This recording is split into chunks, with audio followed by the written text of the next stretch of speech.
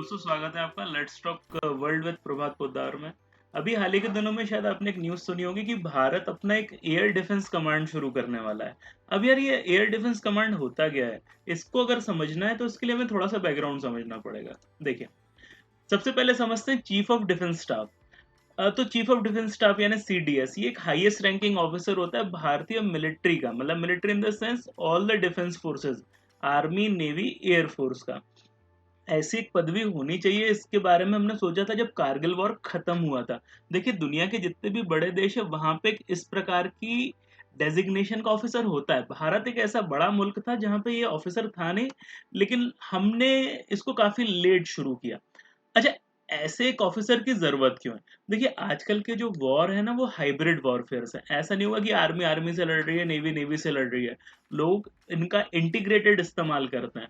तो अगर इंटीग्रेटेड इस्तेमाल आपके विरोधी कर रहे हैं तो आपको भी करना पड़ेगा। इसीलिए शायद चीफ ऑफ डिफेंस स्टाफ एक बहुत ही इंपॉर्टेंट पोस्ट है।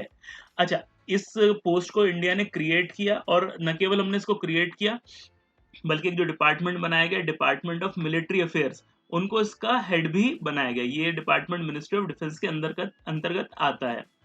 अच्छा, इनकी अथॉरिटी क्या होगी? डिफेंस स्टाफ के जो चीफ हैं उनकी जो आर्मी, नेवी और एयरफोर्स है, तीनों कहीं ना कहीं इनसे ऊपर होंगे। अच्छा, और इनके पास एक अधिकार होगा थिएटर कमांड्स बनाने का। अब मन में सवाल आता है, यार ये थिएटर कमांड्स क्या होती है? तो इस पर हम 2 मिनट में आएंगे। इनका एक दूसरा काम होगा कि एक प्रकार से इंटीग्रेशन करना इन तीनों सर्विसेज का, ताकि हम एक बेहतर यूटिलाइजेशन कर पाए रिसोर्सेज का और वेस्टफुल एक्सपेंडिचर्स ना करें। ऐसा पता चल रहा है कि नेवी के पास ऐसा रिसोर्स एक्स्ट्रा पड़ा हुआ है और नेवी के पास पड़ा हुआ है लेकिन एयरफोर्स के पास नहीं है, तो एयरफोर्स के लिए अलग से खरीद रहे हैं। तो अगर कोई ऐसा रिसोर्स है जो तीनों सेनाओं के लिए इस्तेमाल किया जा सकता है तो हम अलग अलग क्यों खरीदे? तो प्रोक्योरमेंट में भी शायद हम कुछ मुनाफा कर सकते हैं। तो थिएटर कमांड क्या होता है? देखिए, मान लीजिए कोई ज्योग्राफिकल एरिया है, जैसे मान लीजिए पाकिस्तान का साइड है। आपने अभी तक क्या तीनों सेनाएं अलग अलग काम कर रही हैं, लेकिन आपने कहा नहीं नहीं, ये एक थिएटर है, ये हमारा वेस्टर्न थिएटर है। अब यहाँ पे जो तीनों सेनाओं के लोग हैं वो एक कमांडर के अंदर काम करेंगे। इससे फायदा क्या होगा?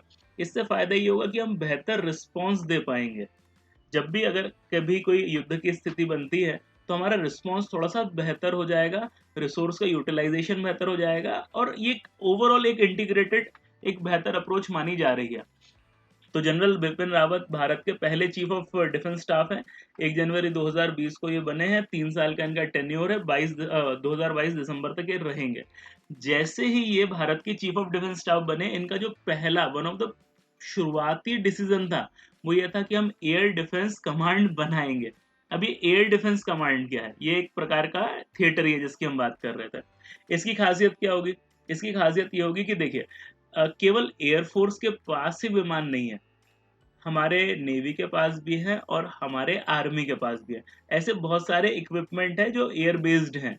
तो ये सारे के सारे जो इंफ्रास्ट्रक्चर है, जो सारे के सारे विमान है या जो भी ड्रोन्स है या एवरीथिंग, ये किसके अंतर्गत आ जाएगी? ये एयर डिफेंस कमांड के अंतर्गत आ जाएगी। एक सिंगल कमांड अथॉरिटी के अंदर आ जाएगी, जिसका वो इस्तेमाल कहाँ कर पाएंगे? जिसका इस्तेमाल वो किसी भी थिएटर में कर पाएंगे। देखिए, अभी इससे फायदा क्या होगा? डुप्लीकेशन ऑफ रिसोर्सेज नहीं होगा, बार बार एक ही चीज बार बार नहीं खरीदी जाएगी। दूसरा क्या होगा?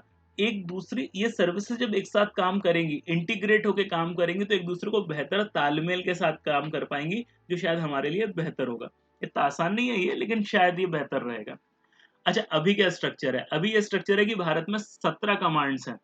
आर्मी और एयरफोर्स की 7-7 कमांड्स है और नेवी की 3 कमांड्स है। ये कौन कौन सी है?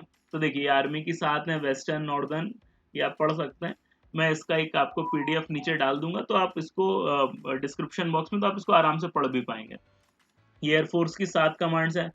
सेंट्रल एयर कमांड है, साउथ वेस्टर्न है, सदर्न है, ट्रेनिंग कमांड है, मेंटेनेंस कमांड, ऐसी 7 है। नेवी की 3 है, वेस्टर्न, ईस्टर्न और सदर्न। आप कहेंगे तो 4 लिखी हैं, पोर्ट ब्लेयर भी लिखा है। पोर्ट ब्लेयर पे हम 2 मिनट बाद में आएंगे। नेवी की बेसिकली 3 कमांड्स है, मुंबई, विशाखापट्टनम और कोच्चि। अच्छा, आज की तारीख में क्या कोई ट्राई सर्विस कमांड्स है? क्या आज की तारीख में कोई ऐसी कमांड्स है जहां तीनों की तीनों सर्विसेज इंटीग्रेट होकर काम कर रही है? तो हाँ सर, 2 ऑलरेडी ऐसी कमांड्स हैं। पहली है अंडमान एंड निकोबार कमांड, यानी अंडमान एंड निकोबार को हमने एक थिएटर ऑलरेडी बनाया हुआ है। और यहाँ पे हेड कौन रहेगा? तो जो चीफ ऑफ जो होते हैं ना आर्मी के, नेवी के, और एयरफोर्स के वो रोटेशन वाइज यहाँ चेंज होते रहते हैं। अभी ये नेवी के पास है, इसके कारण आपने देखा होगा कि हमने वो अंडमान एंड निकोबार वाले को हमने नेवी के अंतर्गत दिखाया, वैसे वो रोटेशन पे रहता है। ये क्यों बनी थी अंडमान एंड निकोबार? 2001 में जब कारगिल वॉर हुआ था उसके बाद एक रिपोर्ट के अनुसार हमने इसको बनाया था। हमने कहा था ये स्ट्रेटेजिकली बड़ी इंपॉर्टेंट जगह है, शायद इसके लिए यहाँ पे हमने शुरुआत की। दूसरा जो ट्राई सर्विस कमांड भारत के पास अभी चल रहा है वो है स्ट्रेटेजिक फोर्सेस कमांड, जिसको हम स्ट्रेटेजिक न्यूक्लियर कमांड भी कहते हैं। और नाम से आपको समझ में आ गया होगा कि भारत का जो भी न्यूक्लियर असलाह है उसको पूरा मेंटेन करने की जिम्मेदारी इस कमांड की होती है। ये एग्जिस्टिंग दो कमांड्स हैं जो ऑलरेडी ट्राई सर्विस है, जहां पे तीनों सर्विसेज एक साथ काम कर रही हैं। अच्छा, ये नई सर्विसेज जो हैं ये कब तक स्टार्ट हो पाएंगे? अच्छा, कौन कौन सी ये जो नई कमांड्स आने की संभावना है? तो एयर डिफेंस कमांड तो करीबन करीबन फाइनल हो चुका है। एक पेनिनसुलर कमांड की भी बात हो रही है। ये किसके लिए होगा? एक कोस्टल एरिया के लिए होगा, है ना, ये समुद्री क्षेत्रों के लिए होगा। इससे नेवी को क्या फ्रीडम मिलेगी कि ओवरऑल वो एक स्ट्रेटेजिक डिसीजन ले पाएंगे कहाँ पे? Overall coastal Indian ocean territory में। क्योंकि हम देख रहे हैं कि चाइना की वहां प्रेजेंस धीरे धीरे बढ़ रही है, तो शायद एक व्यक्ति के हाथ में पूरी कमांड रहेगी, तो शायद वो बेहतर डिसीजन ले पाएगा। अच्छा, और ऐसी कितनी कमांड्स आने की संभावना है? तो अभी फाइनल नहीं है, तो हर आदमी का अपना अपना प्रयत्न है, हर आदमी का अपनी अपनी सोच है। तो 6 से 9 कमांड्स ऐसी आ सकती हैं। अच्छा, लैंड बेस्ड कितनी रहेंगी ये कहना भी मुश्किल है। देखिए, एक सी की हो गई, एक एयर की हो गई, बची कितनी? जमीन की। अब कैसे कैसे बना सकते हैं? हो सकता है चाइना के लिए आप एक अलग कमांड बना दें, पाकिस्तान के लिए अलग बना दें, ऐसा कर सकते हैं। या फिर ऐसा भी कर सकते हैं कि जम्मू कश्मीर के लिए अलग बना दिया भैया, नॉर्थ ईस्ट के लिए अलग बना दिए। तो वो किस हिसाब से रहेगा इस पे स्टडी चल रही है। अभी इतना मतलब अभी आप फाइनल नहीं हुआ है। फाइनल अभी केवल एयर डिफेंस कमांड हुआ है। क्या ऐसी डिफेंस कमांड्स दूसरे देशों की हैं? बिल्कुल है। चाइना की पीपल्स लिबरेशन आर्मी की 5 थिएटर कमांड है, ईस्टर्न, वेस्टर्न, नॉर्दर्न, सदर्न और सेंट्रल। जिसमें से जो वेस्टर्न थिएटर कमांड है वो भारत के लिए रिस्पॉन्सिबल है। यानी भारत से लड़ने के लिए कौन आएगा? वेस्टर्न थिएटर आएगा। अमेरिका की बात बात करें तो वहां पे 11 ऐसी कमांड्स हैं, जिसमें से 7 जोग्राफिकल एरियाज के हिसाब से बनी और 4 फंक्शनल एरिया के हिसाब से। Africa, central, European, Indo Pacific, northern, southern and space, cyber specific operation and transportation, ये वहां की सदर्न कमांड्स हैं। तो शायद आज की जरूरत है भारत के लिए कि हम इस प्रकार की कमांड्स भारत में शुरू करें। आपको अगर वीडियो अच्छा लगा हो तो लाइक जरूर करिएगा और प्लीज सब्सक्राइब द चैनल। मिलते हैं अगले वीडियो में, तब तक के लिए जय हिंद।